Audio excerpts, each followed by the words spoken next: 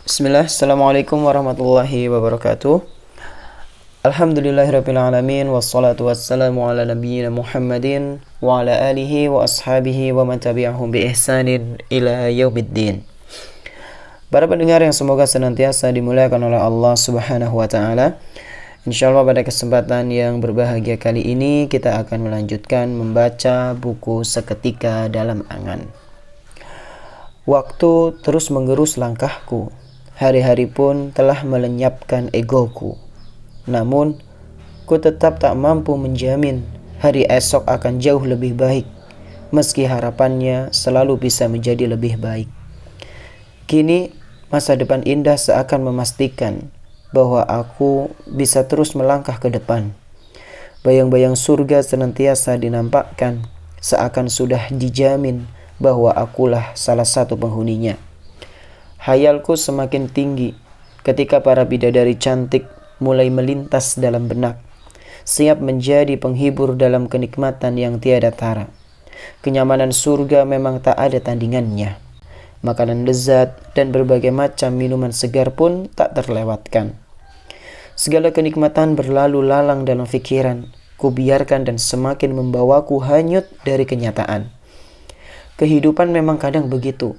Bercandanya terlalu, membawa penghuninya ke arah yang tak menentu. Seringkali kita terbuai dengan keindahan sematanya. Tak jarang pula kita hanyut dengan segala macam fitnahnya.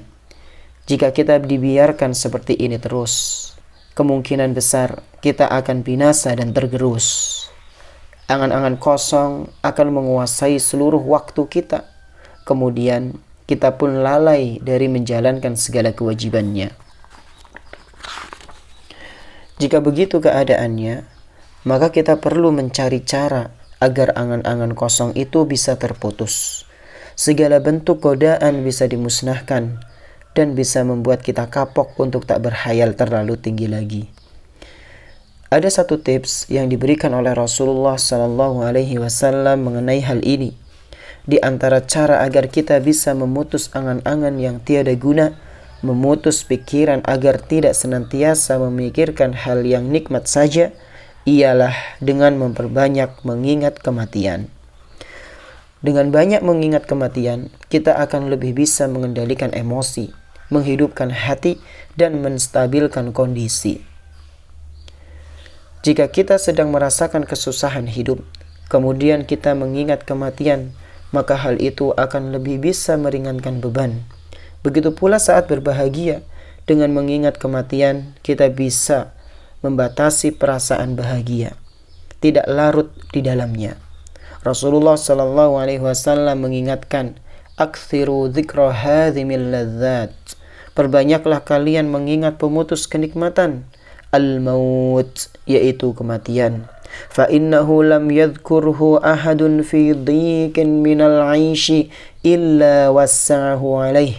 Sesungguhnya kematian itu tidak diingat oleh orang yang sedang mengalami kesulitan hidup, melainkan hal tersebut akan bisa mengurangi kesusahannya. وَلَا ذَكَرَهُ فِي سَاعَةٍ إِلَّا ضَيَّقَهَا عَلَيْهِ. Dan jika diingat oleh orang yang sedang merasa bahagia, maka dengan mengingat kematian akan bisa membatasi kebahagiaannya. Hadis riwayat Tabrani dan Al-Hakim serta dinyatakan sahih oleh Syekhul Albani dalam kitabnya Sahih Al-Jami' As-Shaghir. Jika kematian senantiasa diletakkan di depan kedua kelopak mata kita, niscaya kita akan lebih berhati-hati lagi dalam melakukan sesuatu. Kita akan lebih waspada dari setiap hal-hal yang dikerjakan. Kita akan menghabiskan waktu untuk hal-hal yang bermanfaat. Shumaid bin Ajlan pernah mengatakan, "Man ja'alal mauta nusba 'ainaihi lam yubali bidhaikid dunya wala bisa'atiha." Barang siapa menjadikan maut di hadapan kedua matanya, maka dia tidak akan peduli dengan kesempitan dunia maupun keluasannya. Para pendengar rahimani wa rahimakumullah, senantiasa mengingat kematian adalah salah satu dari sifat orang-orang yang cerdik, salah satu sifat dari orang-orang yang cerdas. Bagaimana tidak karena dengan mengingat kematian, dia akan lebih bersiap-siap mencari bekal untuk perjalanan jauh. Dengan mengingat kematian pula, dia akan lebih tenang hidup di dunia, karena semua yang ada tidak akan dibawa olehnya.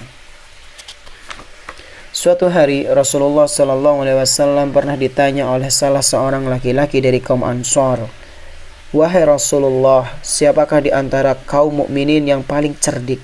Siapakah di antara mereka yang paling cerdas?" Maka beliau SAW menjawab, "Aktsaruhum lil mauti dzikran wa ahsanuhum lima ba'dahu isti'dadan." Yang paling banyak mengingat kematian dan yang paling bagus persiapannya setelah kematian. Ulaikal akyas. Mereka itulah orang-orang yang cerdas. Mereka itulah orang-orang yang cerdik. Hadis ini diriwayatkan oleh Imam Ibnu Majah, dinyatakan hasan oleh Syekhul Albani. Betapa indahnya nasihat dari baginda sallallahu alaihi wasallam.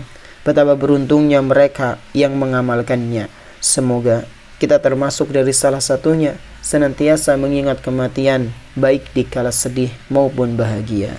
Mungkin ini yang bisa kami sampaikan pada kesempatan yang berbahagia kali ini. Semoga bermanfaat. Subhanakallahumma bihamdik, asyhadu an la ilaha illa anta, astaghfiruka wa atubu ilaik. Wassalamualaikum warahmatullahi wabarakatuh.